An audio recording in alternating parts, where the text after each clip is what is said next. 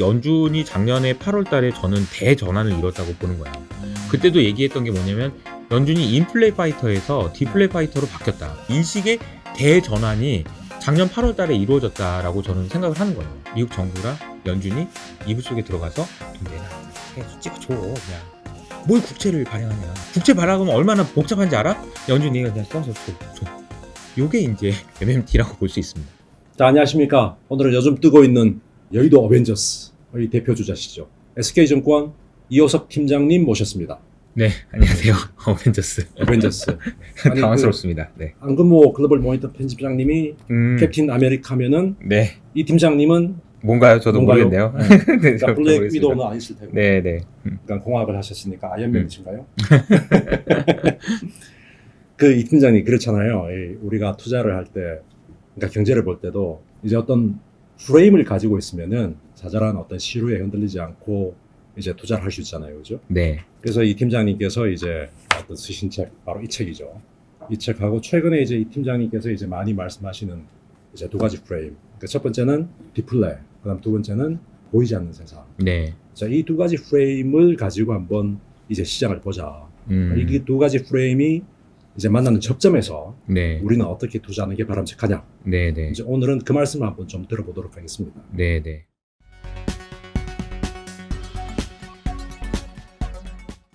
디플레 이야기부터 먼저 좀 했으면 좋겠는데요. 이 팀장님께서 늘 강조하시는 게 디플레를 이 컵에 비유를 많이 하시더라고요. 그러니까 물을 아무리 부어도 넘치지가 않아. 그러니까 유동성을 아무리 퍼부어도 인플레가 발생하지 않아. 네. 자, 그 이유는 뭘까? 컵이 커지고 있는 건 아닌가? 이제 이런 생각을 해봐야 된다. 네. 라고 말씀하셨거든요. 네. 그러니까 컵이 커진다는 그 의미는 그게 뭐죠? 와, 이게 뭐 이미 다 알고 계셔가지고 설명을 해주셨는데 네. 아마 이제 처음 들으신 분이 입장에서는 컵이 뭐 어떻게 됐다는 거야? 이럴 수 있으니까 네. 간단하게 제가 소개를 해드리기에 앞서서 프레임을 봐야 된다 이렇게 예. 말씀을 해주셨는데 정확한 표현이신 것 같아요. 저는 투자에서 성공하기 위해서 필요한 게 여러 가지가 있겠잖아요. 뭐 이것도 알아야 되고 저것도 알아야 되고. 근데 제일 중요한 게 뭘까를 저도 고민해보면 최근에 드는 생각은 뭐냐면 중요한 것과 중요하지 않은 것을 구분해내는 능력, 그러니까 소음과 신호를 구분해내는 능력 이런 거 아닐까. 본질적인 것과 비본질적인 것을 본질적인 것과 비본질적인 것을 구분해내는 능력. 그렇죠. 네. 사실 언론에서 많이 나오고 하는 이야기들은 대부분 본질적이지 않은 얘기들이 맞습니다. 가능성이 높습니다. 왜냐하면 현상을 설명하기 위해서 설명을 위해서 억지로 깨맞춘 얘기들이 굉장히 많고 그러다 보면은 소음이 될 가능성이 높아요. 그런데 우리가 이 시대를 보는 과정에서는 뭔가 하나의 큰 중요한 흐름, 그 흐름에 되게 맞춰서 생각을 하는 게 좀 중요하다라는 그러니까 생각이 그래서 이 팀장님을 모신 거예요.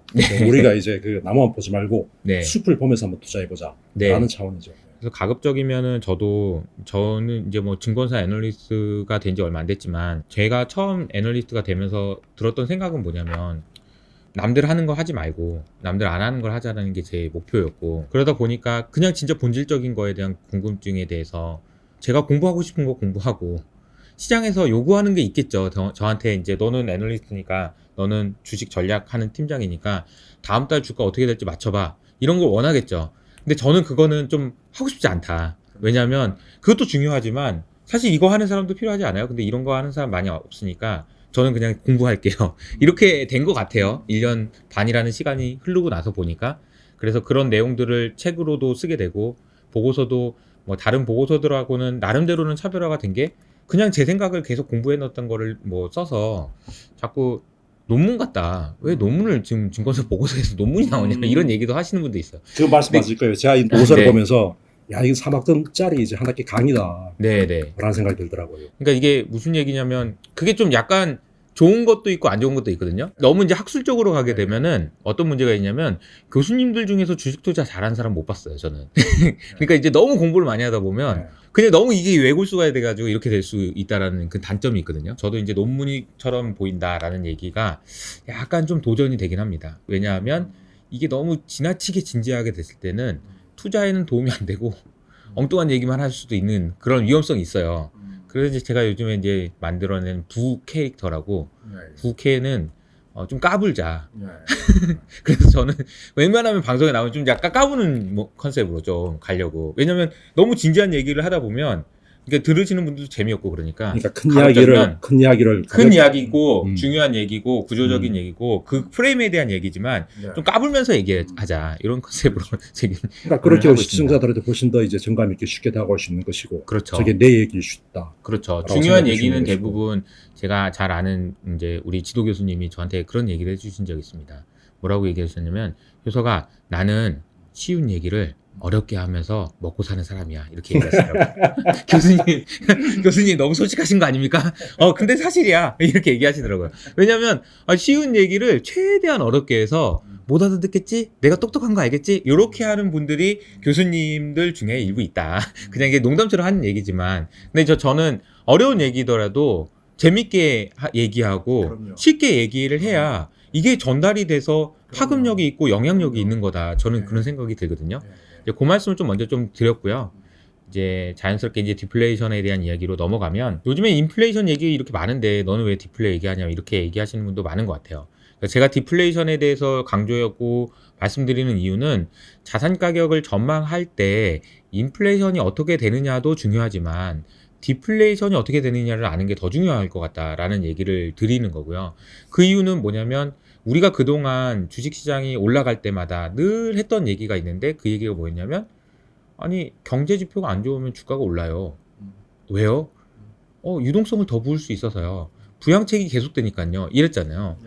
그러면은 그 얘기는 무슨 얘기냐면 그럼 부양책이 있었기 때문에 자산 가격이 올라갔다는 얘기냐? 실제로 그렇습니다. 그럼 경제가 좋으면 어떻게 되는 거야? 그러면 부양책이 멈추면 주가가 빠지는 건가? 언제 경제가 얼만큼 좋아질 때 부양책을 멈추게 되고 그렇게 됐을 때 주가가 어떻게 빠지게 되고 이 개념을 아시는 게 되게 중요하다는 건데 그 개념을 알려면은 아까 제가 말씀드린 대로 부양책을 계속 부었는데 과도할 정도의 인플레이션이 오거나 경제가 너무 심하게 좋아져 라고 하면은 부양책을 멈출 거란 말이에요. 그럼 우리가 생각해야 될 거는 언제 부양책을 멈추게 되느냐. 부양책을 계속 하는데 그 개념이 중요한 거고 그거는 누가 결정하는 거냐면 디플레이션의 크기가 결정한다라는 겁니다. 왜냐하면 부양책을 쓰게 되면 인플레이션이라는 애가 여기 있어요. 막 힘이 세요. 그리고 디플레이션은 여기 있어요.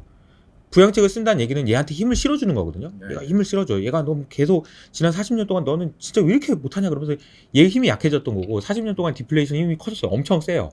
그래서 얘한테 힘을 주는 거죠. 돈을 뿌려줘가지고 너 한번 어떻게 해봐. 인플레 네가 한번 해봐. 그게 점점 커져가지고 지금 이제 여기가 이제 뭐 인플레가 5내 만에 이런 데까지 온 거잖아요. 근데 지금부터 이제 생각해야 되는 거는 얘가 얘를 이기냐. 그래서 진짜 인플레이션이 걱정할 수준의 인플레이션이 오냐. 그 얘기를 하려면은 얘가 그럼 지금부터 약해지냐 아니면 커지냐 누가 이기냐 이 싸움에 대한 생각을 하기 위해서는 디플레를 공부를 많이 해야 된다는 그렇죠. 거죠. 그렇죠. 네. 근데 이제 작년 5월에 제가 기억나는 게 뭐냐면은 참 아이러니다 싶은 게 뉴욕타임즈 기사를 보니까 그런 게 있었어요. 인플레냐 디플레냐. 그러니까 작년 5월 같으면 한창 코로나 때문에 경제가 이제 바닥으로 치닫고 이제 무제한 양적 완화를 하고 그런 네. 시기였잖아요. 네네. 근데 뉴욕타임즈 보니까 어떤 이제 전문가들은 이제 블랑샤르 같은 이제 이코노미스트는 디플레로 간다고 이야기하고 어떤 전문가들은 자 이제 인플레다. 왜냐하면은 무제한 양적 완화 또 공급망 붕괴. 이게 참 이 아이러니구나. 이제 같은 경제적 실체를 놓고 한쪽에서는 인플레, 한쪽에서는 디플레라고 이야기하는 거예요. 네네. 근데 지금도 그런 상황이 계속 되는 거잖아요. 맞습니다. 그러니까 똑같은 경제적 실체에 대해서 이제 디플레와 인플레는 다른 이면이구나. 네. 근데 다른 이면이면은 그 이면 중에 뭔가 하나는 본질적인 것이 있을 것이다. 그렇죠. 그러니까 이 팀장님은 디플레가 더 본질적이라는 것이죠. 그렇죠. 네. 그러니까 이제 뭐 디플레이션이 근저에 깔려 있는 거고 그렇죠. 근저에 깔려 있는 건 디플레이션입니다. 제가 단적인 예를 들어볼게요. 이 방송을 보시는 여러분들은 돈을 내고 계신가요? 공짜잖아요. 그렇죠. 이건 공짜입니다. 그렇죠. 보세요. 옛날 같았으면 이런 게 공짜가 어디 있습니까? 그렇죠. 솔직히 그렇죠. 그렇잖아요. 네. 그러니까 우리가 뭐 제가 대단한 그런 건 아니지만 어쨌든 우리가 보고 있는 수많은 경제 방송들은 대부분 유료였을 가능성이 높습니다. 그런데 왜 공짜가 됐나요? 기술의 발전 때문에 서로 경쟁하니까 공짜가 됐잖아요.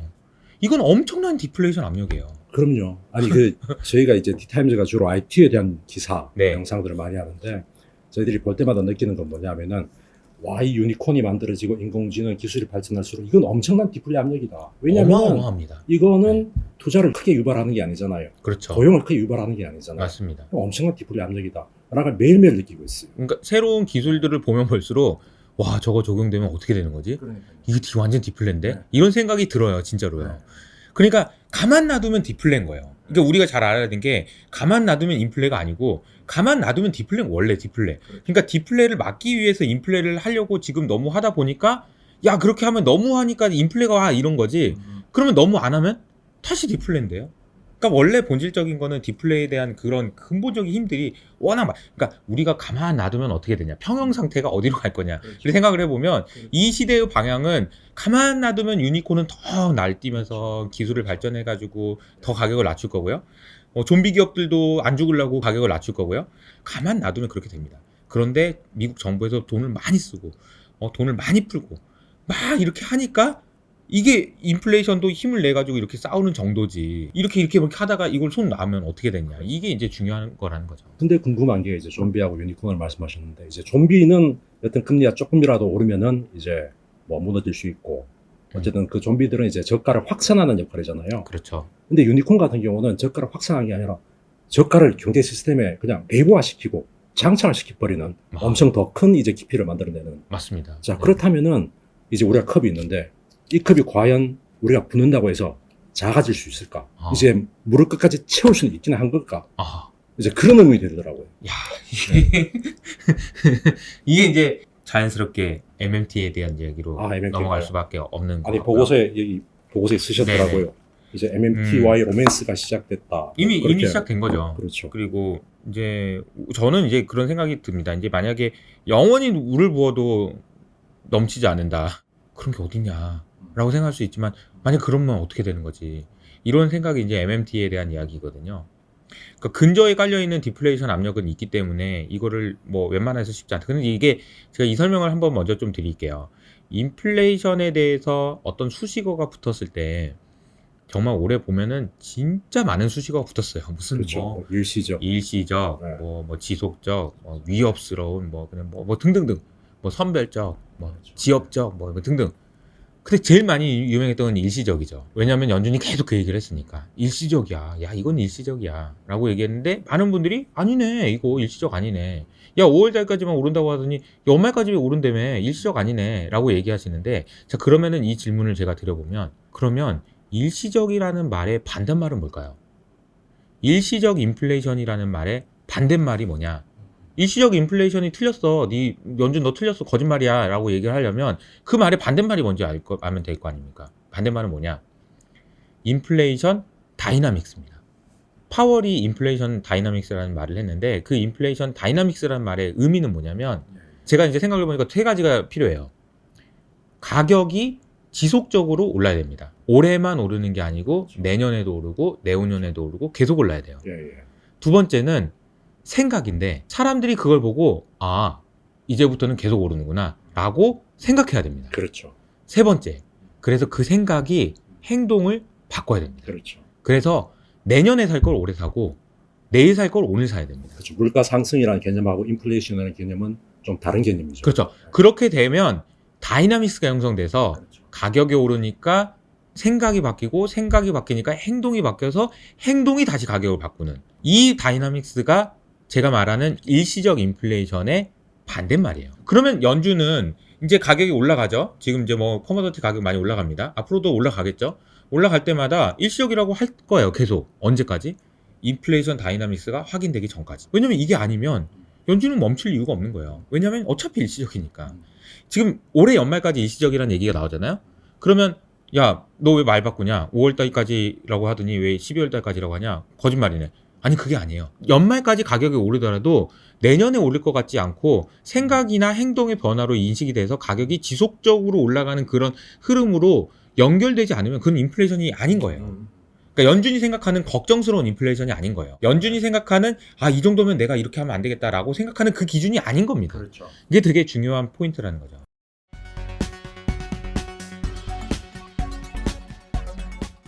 그렇죠. 네. 그러니까 아까 이 팀장이 말씀하신 것처럼 이제 그 기저에 이제 디플레가 있다.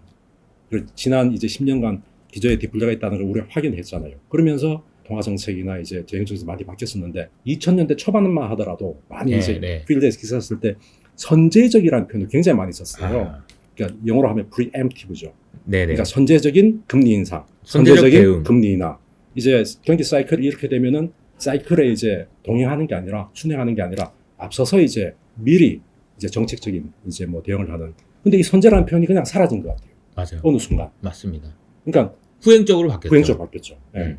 그러니까 디플레가 본질적이라면은 그것 때문에 통화 정책과 재정 정책의 패러다임도 확 바뀌고 이 전환이 되지 않았나. 네. 이제 그런 생각이 들더라고요. 이게 정말 그 인사이트 있는 말씀이신데 이게 연준이 작년에 8월 달에 저는 대전환을 이뤘다고 보는 거예요. 그때도 얘기했던 게 뭐냐면 연준이 인플레 파이터에서 디플레 파이터로 바뀌었다. 예, 예. 그러니까 무슨 얘기냐면 연준의 판단에서는 지난 40년 동안 인플레라는 그 선수가 있고 디플레라는 선수가 있다고 쳐요. 근데 인플레가 엄청 힘이 세 보인 거예요. 그거 까딱하면 잘못해가지고 인플레가 해가지고 이거 다운시켜가지고 이거 이렇게 돼버릴 것 같은 거예요. 그래서 까딱하면은 인플레를 막으려고 얘네들 힘 막으려고 이렇게 누르는 거예요. 너 이거 또 그만 좀 해. 너 너무 힘이 너무 세진 것 같아. 근데 밥 한 끼만 줄게. 이런 식으로 해가지고 얘를 막은 거죠. 근데 지금은 가만 보니까 디플레 힘이 너무 세진 거예요. 그렇죠. 그러니까 이거는 인플레 쪽에 가가지고 이쪽에 디플레랑 싸우는 쪽으로 바뀌어야 된다라는 인식의 대전환이 작년 8월 달에 이루어졌다라고 저는 생각을 하는 거예요. 근데 그 기조가 변화된다라는 게 여러 군데서 확인이 됐었어요. 그 전부터.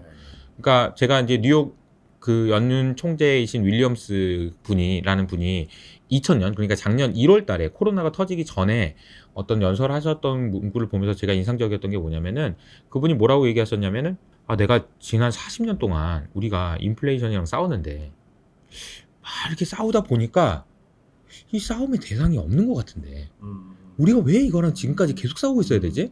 그런 생각이 들었다. 라는 얘기를 하시는데 저는 그걸 보고 되게 충격적이었어요. 야, 연준이 인플레랑 싸우는 애들이 저런 얘기를 한다고? 그러니까 지친 거예요. 인플레랑 싸우다가 그렇죠. 인플레가 없는 거야. 그래서 그 말씀하신 게 뭐냐면은 선제적이라는 거는 뭐냐면은 혹시라도 이쪽 여기까지 넘어가게 되면은 인플레이션이 와가지고 내가 어쩔 수 없는 상황이 될 수도 있다라는 그런 두려움 때문에 선제적으로 하는 거잖아요. 근데 그런 두려움을 내려놓은 거죠. 어떻게 보면. 그렇죠. 그래서 옛날에 이제 우리가 이제 컵의 비율을 계속 하고 있으니까 컵 중에서 이제 그 고용을 기준으로 보면 나이루라는 개념이 있습니다. 그 나이루라는 개념이 컵의 크기예요. 그렇죠. 이 나이로가 그 뭐 이제 경제학 표현으로는 뭐 자연 실업률, 완전 그쵸. 고용 실업률 이제 완전 고용 실업률이라는 개념이고 그 얘기는 뭐냐면은 예를 들어서 나이루가 5%다라고 얘기하면 경제가 좋아지는 건 좋아. 그러나 5명 정도는 놀아야지. 그게 자연스러운 거야. 만약에 5명이 아니고 3명이 놀거나 2명만 놀거나 아예 노는 사람이 없으면 그때는 야 큰일 나. 인플레가 와서 안 돼. 라고 해서 5명을 정해놓은 거예요. 5명은 놀아야 되는 거야. 그러니까. 왜? 인플레가 오니까. 그거를 연준에서 미리 정해놓은 거라는 거야. 근데 생각을 해보니까 5명은 진짜 놀아야 되는 건가? 아니 그 5명이 얘기하는 거죠. 파월한테 가서 따지는 겁니다. 파월 씨 나도 일하고 싶습니다. 근데 왜 나는 일을 못하게 하는 겁니까? 따지는 거죠. 파월이 얘기하죠. 당신은 놀아야 됩니다. 당신은 일하고 싶더라도 놀아야 돼요. 왜요? 그러면은 아니 내가 계산해봤는데 당신까지 일하면은 인플레가 온다니까요. 라고 지금까지 얘기를 했던 겁니다.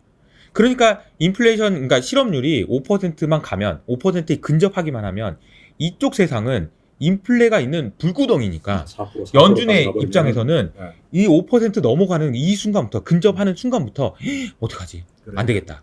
불안하다. 선제적으로 금리를 올리든지 하자. 라는 게 그동안의 연준의 태도였다는 거죠. 그렇죠. 근데 이 태도가 완전히 바뀌었다는 거예요. 그렇죠. 그냥 갈 때까지 가보자. 그렇죠. 후행적으로 인플레이션이 오지만 않으면. 예. 인플레이션이 온다라는 게 후행적으로 확인되기 전까지는 3명이 놀면 어떻고 2명이 놀면 어떠냐. 인플레이션이 안 오는데. 그러니까 제가 그 이 팀장님한테 여쭙고 싶었던 게 이 컵 비유에서 보통 이제 컵을 할 때 이제 가득 차는 게 이제 잠재 성장률까지 같이 하는 거잖아요. 그리고 그 밑에 이제 실질 성장률인데, 근데 잠재 성장률이라는 개념이 사실 한 경제가 최대한 이제 동원했을 때 자원을 어느 정도 생산할 수 있냐, 생산력이고, 실질 성장률은 이제 실제 얼마나 생산했느냐, 그쵸. 생산물이잖아요. 그렇죠. 이제 생산에 대한 개념이란 말이에요. 맞습니다. 근데 이제 디플레라는 거는 사실 경제의 하부 구조. 그러니까 생산으로 설명할 수 없는 이제 훨씬 더 깊숙한 이야기들이 있잖아요. 맞습니다. 그러니까 양극화라는 분배의 이야기가 그렇죠. 있을 수 있는 것이고. 네네. 그리고 또 이제 잠재 성장률에는 포함이 안 되는 이 기술의 발전. 그렇죠. 이런 것들이 들어가잖아요. 맞아요. 그러니까 잠재 성장률하고 실제 성장률하고 뭐 차이의 디플레 갭. 네. 이걸로 이제 디플레가 얼마냐 크기를 잰다. 이게 어쩌면은 이제 구닥다리 이제 이론일 수도 있을 것 같다는 생각이 들더라고요. 구닥다리. 근데 이제 구닥다리 이론이라고 하면 이제 기존에 이제 경제학자분이 야 내가 그동안 이렇게 공부 열심히 했는데 이거 뭐냐, 너 뭔 소리 하는 거야 이렇게 얘기할 수 있지만 연준에서도 실제로 반성문을 썼어요. 관련해서 무슨 반성문을 썼냐면 실질 성장률이라고 하는 실질 중립금리라는 것을 우리가 이제 어떻게 측정하고 우리가 예를 들어서 실질 성장률을 실질 중립금리 말씀하셨던 컵의 크기를 이만큼이라고 생각을 했을 때랑 이만큼 크다라고 얘기했을 때랑 이만큼 크다고 잘못 계산할 수 있을 거잖아요. 그렇죠. 그러면 만약에 진짜 컵의 크기는 이만큼인데 우리가 이만큼 크다라고 얘기했을 때랑 너무 작다라고 얘기했을 때 어떤 게 더 비용이 크냐라는 것을 계산한 그 논문이 있습니다. 올해 초에. 그게 뭐라고 얘기했냐면 이렇게 하는 것의 비용이 이렇게 하는 것의 비용보다 훨씬 작다. 다시 말하면 좀 넉넉하게 잡아놓는 게 훨씬 나았던 것 같다. 그런 논문이 있어요. 근데 그 얘기가 이제 말씀하셨던 거랑 비슷한 거죠. 이게 우리가 물론 세상을 미리 예상하는 거잖아요. 어떻게 보면 이 정도 성장하면은 인플레가 온다라는 거를 우리가 미리 계산해보고 열심히 하지만 사실 알게 모르게 말씀하셨던 제가 이제 책에도 썼던 여러 가지 요인들 때문에 디플레를 만드는 많은 요인들이 있고 해서 실제로는 인플레가 안 오고 막 이런 상황이 계속 되다 보니까 연준 내에서도 여러 가지 논란들이 있는 거죠. 여전히 지금 이게 도대체 뭐지? 이게 어떻게 되는 거지? 아니 내가 이거 계산 다 해봤는데 이거 뭐 또 잘 안 맞지 왜 이렇게 또? 이런 얘기들도 나오고 그러는 상황이 아닌가.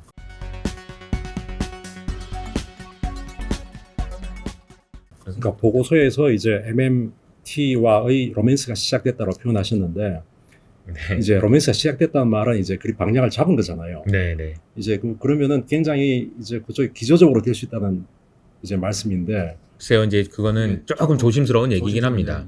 조심스러운 얘기긴 한데 뭐 이런 거죠. MMT가 뭐냐 여러 가지 이야기 설명드릴 수 있지만 MMT가 제일 중요한 거는 제가 보기에는 그런 것 같아요. 연준과 미국 정부가 그냥 한 통 속이 되는 거죠. 이불 속에 들어가는 겁니다. 결혼해서. 결혼해서 이불 속에 들어가는 게 본질이에요. 다시 말하면 미국 정부가 돈을 쓰고 싶은데 돈을 쓰려면 어떻게 해야 됩니까? 세금을 걷어야죠. 그렇죠. 그럼 세금을 100만큼 걷었으면 100만큼 써야죠. 예. 뭘 더 쓰려고 합니까? 이게 이제 기존의 생각인데 그렇죠. 그래 더 쓰고 싶으면 200만큼 쓰고 싶으면 빌려. 그게 국채 발행인 거죠. 그렇죠. 그래 국채 발행을 해가지고 200만큼 써요. 근데 이제 더 쓰고 싶단 말이에요. 미국 정부가. 요즘에 이제 부채 한도 얘기 나오지만 미국 정부 부채랑 부채 한도 그려놓은 그림 보면 좀 기가 막히죠. 예. 부채 한도는 여기긴 여긴데 부채는 지금 여기 와 있거든요. 뭐 이거 어떻게 해야 되나 이런 생각이 듭니다. 근데 더 쓰고 싶어요. 어떻게 해야 되나.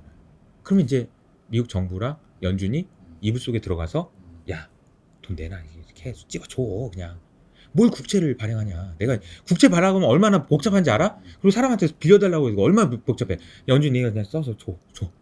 요게 이제 MMT라고 볼 수 있습니다. 그러니까 그 통화 정책이 그냥 재정 정책에 그냥 종속이 돼버리는 그런 거죠. 그렇죠. 그러면 이제 독립성에 대한 얘기가 나올 수 있는 거고 여러 가지 이야기가 나올 수 있어서 MMT로 간다 막 이런 얘기는 굉장히 조심스러운 얘기지만 MMT가 생각하는 그런 이론적인 배경은 아까 말씀드린 대로 야 세금을 걷고 돈을 빌려서 그 안에서만 써야지 어디 뭐 더 쓰려고 하냐. 근데 그게 아니고 MMT의 이론은 뭐냐면 아니 정부가 돈을 쓰는데 그냥 쓰게 내둬라. 그리고 만약에 인플레이션이 오면 그때 세금을 걷거나 그때 채권을 발행해서 돈을 회수하는 거지. 뭘 자꾸 거기 안에서만 쓰려고 그러냐. 미국 정부는 그냥 돈을 얼마든지 쓸 수 있는데 요 얘기일 거거든요.